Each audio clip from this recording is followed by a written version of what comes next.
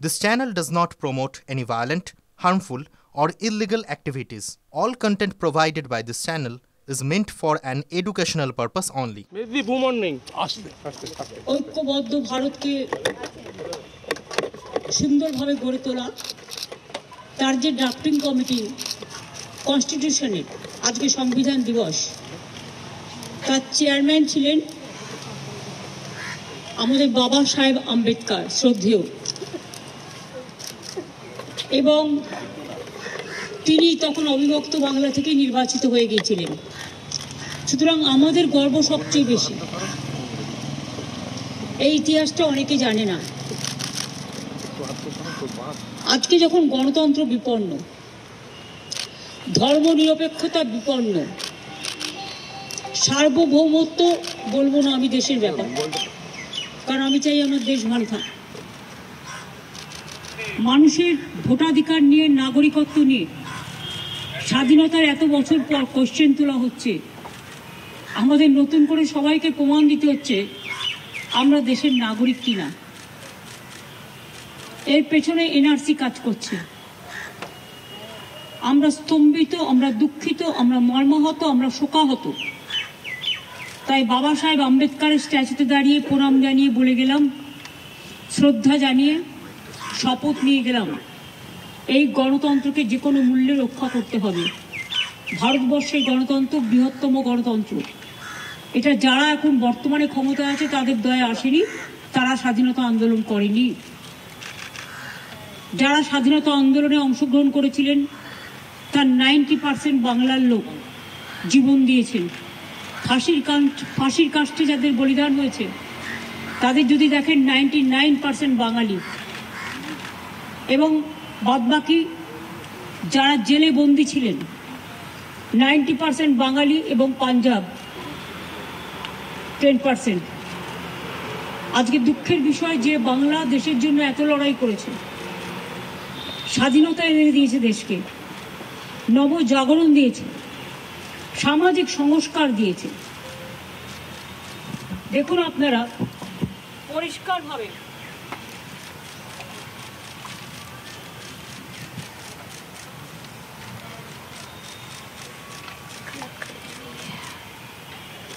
হিন্দিতে করে দিয়েছে, বাংলা ইংরেজি বই আনবে তারা, এই আইএলসিটা যে কি করে ভগবান। ইংলিশ বুক নেই, যারা হিন্দি বুক দিয়ে দিয়েছে।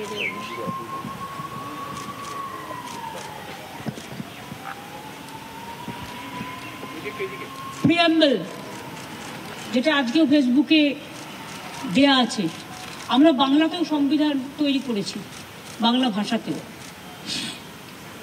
আমি এটা আপনাদের কাছে আরেকবার পড়ে দেব, just to give a positive reminder to defend democratic rights of the people, জনগণের গণতন্ত্র রক্ষা করার জন্য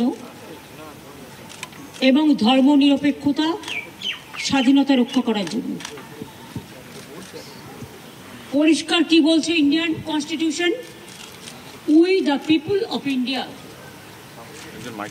having solemnly resolved to constitute India into a sovereign, socialist, secular, democratic republic, and to secure to all its citizens. এটা কবে বলেছেন? 1950 এর voter বলেছেন, দেশ স্বাধীন হওয়ার পরে যখন তৈরি হলো। Justice, social, economic and political, liberty of thought, expression, belief, faith and worship, equality of status and of opportunity, status and of opportunity,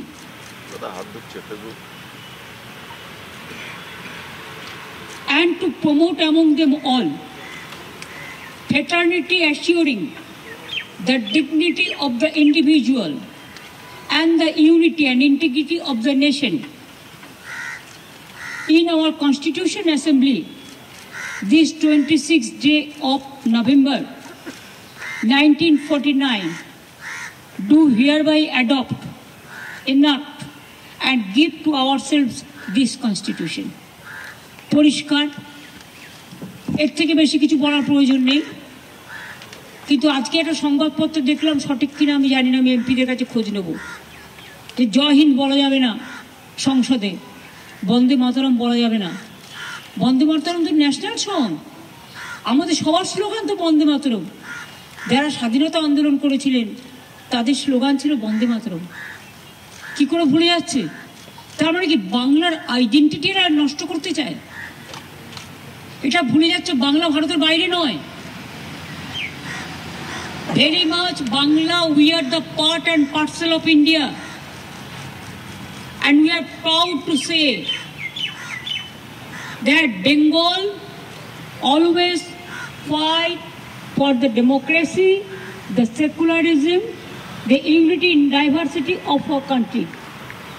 What our constitution had given us and adopted the constitution. Today is the constitution day. আমরা দুঃখের সাথে লক্ষ্য করছি মানুষের গণতান্ত্রিক অধিকার কেড়ে নেওয়া হচ্ছে, ভোটাধিকার কেড়ে নেওয়া হচ্ছে, ধর্ম নিরপেক্ষতা কেড়ে নেওয়া হচ্ছে, জাতি জাতিতে ভাগ করে দেওয়া হচ্ছে, সর্বজাতি ধর্ম বর্ণ নির্বিশেষে সকলে আজকে নিপীড়িত হচ্ছে, নিঃশেষিত হচ্ছে, কুৎসিত ভাষায় আক্রমণ চলছে। সে তপশিলি হোক, দলিত হোক, আদিবাসী হোক, সংখ্যালঘু হোক, সাধারণ হিন্দু ভোটার হোক, যারা মেয়েরা মারা গেছেন তাদের মধ্যে দেখে রাখবেন, আজকেও কালকেও মারা গেছে, ম্যাক্সিমাম কিন্তু হিন্দু আছে। আসামের ক্ষেত্রেও যাওয়া হয়েছিল। এটা হিন্দু মুসলমানের ব্যাপার নয়, এটা নাগরিকত্বের ব্যাপার। আমরা সবাই এক, এটা মাথায় রাখতে হবে। আপনারা একটা কাজ করুন, আপনারা 4 কোটি নোটিশ পাঠান, তবু আমরা লড়ে নেব।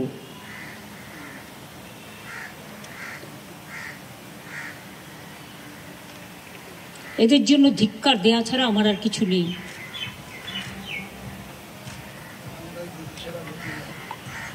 দেশের এই অবস্থা, এক পক্ষ চলছে, কোথায় নিরপেক্ষতা? এক পক্ষ, আর এক পক্ষ পক্ষপাত দুষ্ট। যারা ভাবছে আজকে ক্ষমতায় আছে, কাল থাকবে না তোমরা, 29-এ কোনোভাবেই আসবে না, তার আগেও তোমার গভর্নমেন্ট পড়ে যেতে পারে। গুজরাটেও মারা গেছে বিএলও, মধ্যপ্রদেশেও মারা গেছে বিএলও, রাজস্থানেও মারা গেছে বিএলও, কেরালাতেও মারা গেছে, তামিলনাড়ুতেও মারা গেছে, বাংলাতেও মারা গিয়েছে। তাদের দাবি তো ন্যায্য এবং সঙ্গত বলে আমি মনে করি। 48 ঘন্টা বসে থাকতে হলো বিএলওদের, শুধু তাদের কথাটা একটু জানাবার জন্য? এত অমানবিক। আমি তো কালকে রাস্তায় আসছিলাম, আমার গাড়ি দাঁড়িয়ে কিছু লোক কিছু কথা বলতে চাইছিল, আমি তো দাঁড়িয়ে কথাগুলো শুনলাম এবং সঙ্গে সঙ্গে তাদের যা যা প্রয়োজন সবটাই করে দিলাম। তো এইটুকু কথা শুনতে 48 ঘন্টা লাগলো? এত কিসের অহংকার? আজকে আমাদের তৃণমূল কংগ্রেস এত বড় একটা পার্টি, আমাদের 29 জন লোকসভার এমপি প্লাস আমাদের 13 জন আছে রাজ্যসভার এমপি। আমরা একটা এমপি ডেলিগেশন 10 জনের করেছিলাম ইলেকশন কমিশনকে পাঠানোর জন্য। বলছে 4 জনের বেশি মিট করবে না। কেন? একটা পার্টি ঠিক করবে তারা কজনকে পাঠাবে না পাঠাবে। এটা তো উইথ অফিসিয়াল অ্যাপয়েন্টমেন্ট যেতে চাইছে, সেখানে উইথ কোয়েশ্চেন। কালকে 3 জনকে লাস্ট অব্দি, 1 জনকে ডেকেছে, তারপরে পুলিশ রিকোয়েস্ট করায় 2 জনকে ডেকেছে। আরে 48 ঘন্টা তাদের বসে থাকতে হলো শুধু একটু কথা বলবে বলে? তা মানুষ তার অভিযোগ জানাবে না? বিএলওরা আজকে মারা যাচ্ছে, বিএলওদের আজকে তারা তাদের সার্ভার কাজ করছে না, আপলোড করতে পারছে না, কোনো প্ল্যান উপায়ে কিছু হয়নি। আমরা বলছি তো 3 বছর সময় নিয়ে করো, আমাদের কোনো আপত্তি নেই। তুমি 3 বছরের কাজটা 2 মাসে কি করে করতে পারো? এখন চাষের মরশুম, একদিকে চাষিরা মাঠে আছে, অনেক লোকজন কাজে বেরিয়ে যায়। আপনারা সাংবাদিকরা বলুন না, আপনারা সকালে বেরিয়ে আসেন, রাতে বাড়ি যান, তো আপনার বাড়িতে কেউ গেল, গিয়ে পেল না, আর এনুমারেশন ফর্ম দিয়ে দিলাম বাড়িতে, মানে এটা নয়। আমি তো প্রেস কনফারেন্সের এটা দেখলাম, কোথাও কোথাও দেখেছি 115%। 115 এটাও তো রং। তার মানে কি টোটালটাই গায়ের জোর চলছে? বিহার জ্বলন্ত প্রমাণ। কাজে আজকের এই দিনে পবিত্র দিবসে আমরা আম্বেদকরের কনস্টিটিউশনটাকে মেনে নিয়ে চলবো, বুকে নিয়ে চলবো এবং মাথায় নিয়ে চলবো। আমাদের যা গাইডেন্স দিয়ে গেছে আমাদের স্বাধীনতা আন্দোলনের মহান নেতৃত্ব, যারা দেশ গড়েছেন, ভারতবর্ষকে স্বাধীন করেছেন, আমরা তাদের গাইডেন্স মতো চলবো। আমরা বিজেপির গাইডলাইন্স মতো চলবো না, এটা খুব পরিষ্কার। আমি এটুকু বলে গেলাম।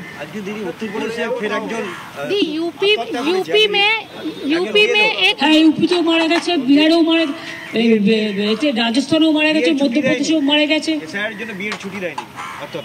সেই তো কত হচ্ছে।